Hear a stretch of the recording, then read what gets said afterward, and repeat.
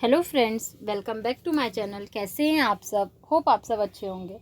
जैसा कि आप सबको पता ही है, हमारी कॉस्ट अकाउंटिंग की सीरीज़ चल रही है, जिसमें आज हम चैप्टर 1 का नेक्स्ट टॉपिक पढ़ने वाले हैं, जो कि है costing, cost accounting and cost accountancy.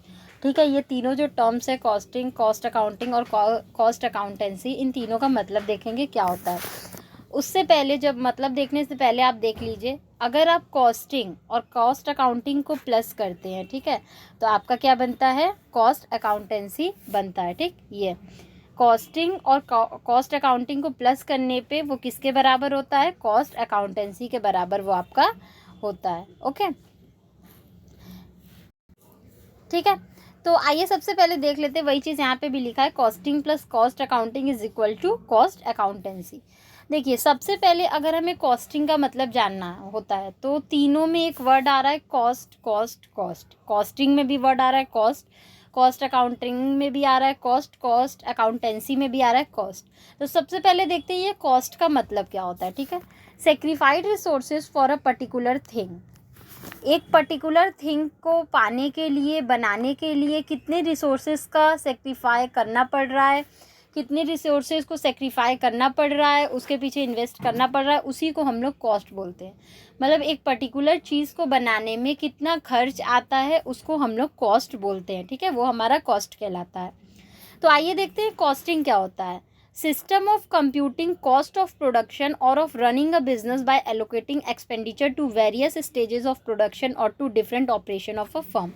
जैसा कि हम लोग जानते हैं, कोई भी जो फर्म होती है, वो जब प्रोडक्शन का फंक्शन करती है, तो वो जो प्रोडक्शन होता है, वो बहुत स्टेज से होके गुजरता है। ठीक है, या एक जो फर्म होती है, उसमें बहुत तरीके के ऑपरेशंस होते हैं, बहुत तरीके के काम होते हैं, और वही जो सारे ऑपरेशंस होते हैं, या वो जो प्रोडक्शन स्टेज होता है जिसमें पैसा खर्चा किया जाता है, उसी को कंपनी क्या करती है? कंप्यूट करती है और देखती है कि कितना पैसा उसका इनकर्ड हो रहा है पर्टिकुलर उस चीज़ का प्रोडक्शन करने में, उसी को वो कॉस्टिंग बोलते हैं। ओके, मतलब बेसिकली बोला जाए कि अगर आपको किसी चीज़ को प्रोड्यूस करना है, तो उसको प्रोड्यूस करने में आपका कितना कॉस्ट इनकर्ड हो रहा है, कितने आपके एक्सपेंडिचर हो रहे हैं, उसी को हम लोग कॉस्टिंग बोलते हैं।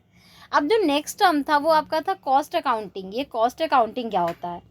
Cost accounting involves analysing relevant costing data, interpret it and present various management problems to management.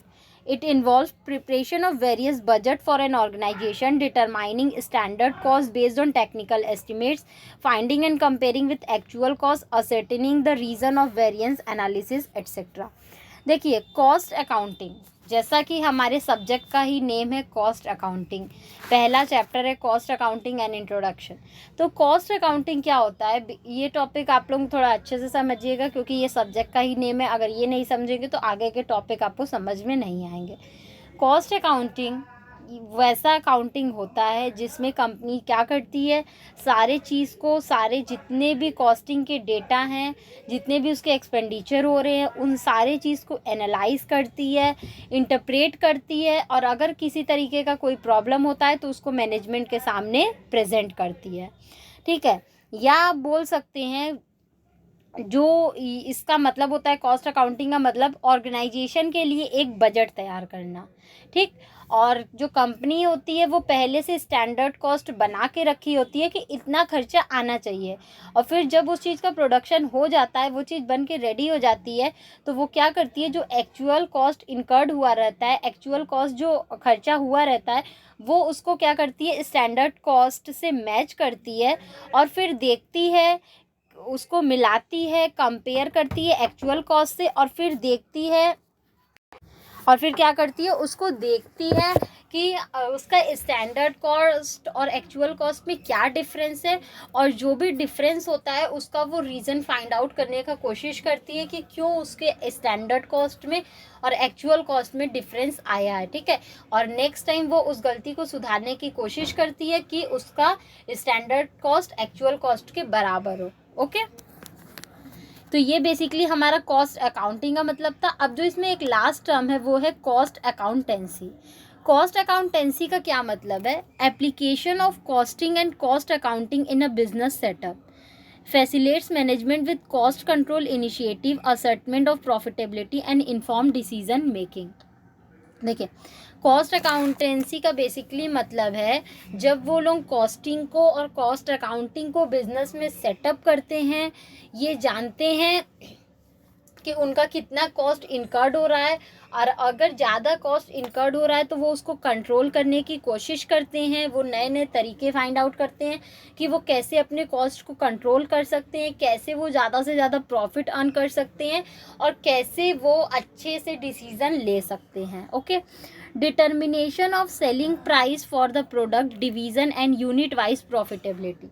Cost accountancy का मतलब होता है कि जो भी वो प्रोडक्ट प्रोड्यूस कर रहे हैं, जिस भी प्रोडक्ट का वो प्रोडक्शन कर रहे हैं, उसकी सेलिंग प्राइस को डिटरमाइन करना, देखना कि उसका कितना कॉस्ट इनकर्ड हुआ है, उसके बाद उस पर प्रॉफिट ऐड करके उसका सेलिंग प्राइस डिसाइड करना कि वो उस प्रोडक्ट का कितना सेलिंग प्राइस रखेंगे, या पर्टिकुलर उस डिवीज़न का कितना सेलिंग प्राइस रखेंगे, या यूनिट वाइज कितना सेलिंग प्राइस रखेंगे।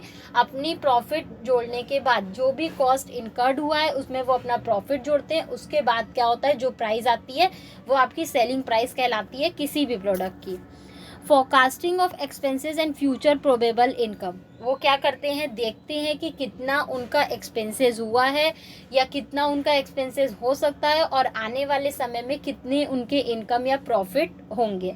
बेसिकली इनकम देखना कि उनका इनकम कितना हो रहा है, प्रॉफिट कितना हो रहा है, उनके एक्सपेंसेस कितने हो रहे हैं, अपने प्रोडक्ट की सेलिंग प्राइस को डिसाइड करना, पर्टिकुलर डिवीज़न के यूनिट वाइज के प्रॉफिट को देखना कि पर्टिकुलर एक जो यूनिट है, एक जो डिवीज़न है, एक जो सेगमेंट है वो कितना प्रॉफिट अर्न कर रही है। ठीक है, और अगर ज़्यादा कॉस्ट इनकर्ड हो रहा है तो उसको कॉस्ट को कंट्रोल करना, उससे रिलेटेड डिसीज़न लेना, और ये देखना कि प्रॉफिट कितना हो रहा है। ठीक है, और ऐसा फिर आगे फ्यूचर में ना हो कि कॉस्ट ज़्यादा इनकर्ड हो, उसके लिए अलग अलग तरीके के डिसीज़न लेना, पॉलिसीज़ बनाना, रूल्स बनाना। ओके, तो ये बेसिकली हमारा कॉस्ट अकाउंटेंसी कहलाता है। तो ये बेसिकली हमारा तीनों टर्म्स था, सॉरी 4 टर्म्स हम लोग पढ़ लिए। कॉस्ट का मतलब पढ़े हैं, कॉस्टिंग का मतलब पढ़े हैं, कॉस्ट अकाउंटिंग का मतलब पढ़े हैं, और कॉस्ट अकाउंटेंसी का मतलब पढ़े हैं। इस वीडियो में इतना ही। होप आपको ये टॉपिक समझ में आया होगा। फिर भी किसी को कहीं कोई भी प्रॉब्लम हो तो आप मुझे कमेंट सेक्शन में कमेंट करके पूछ सकते हैं। Thank you so much. Please like, subscribe and share my channel. किसी को इस सब्जेक्ट या किसी भी सब्जेक्ट के नोट्स परचेस करने हो तो वो मेरा डिस्क्रिप्शन बॉक्स चेक कर सकता है। Thank you.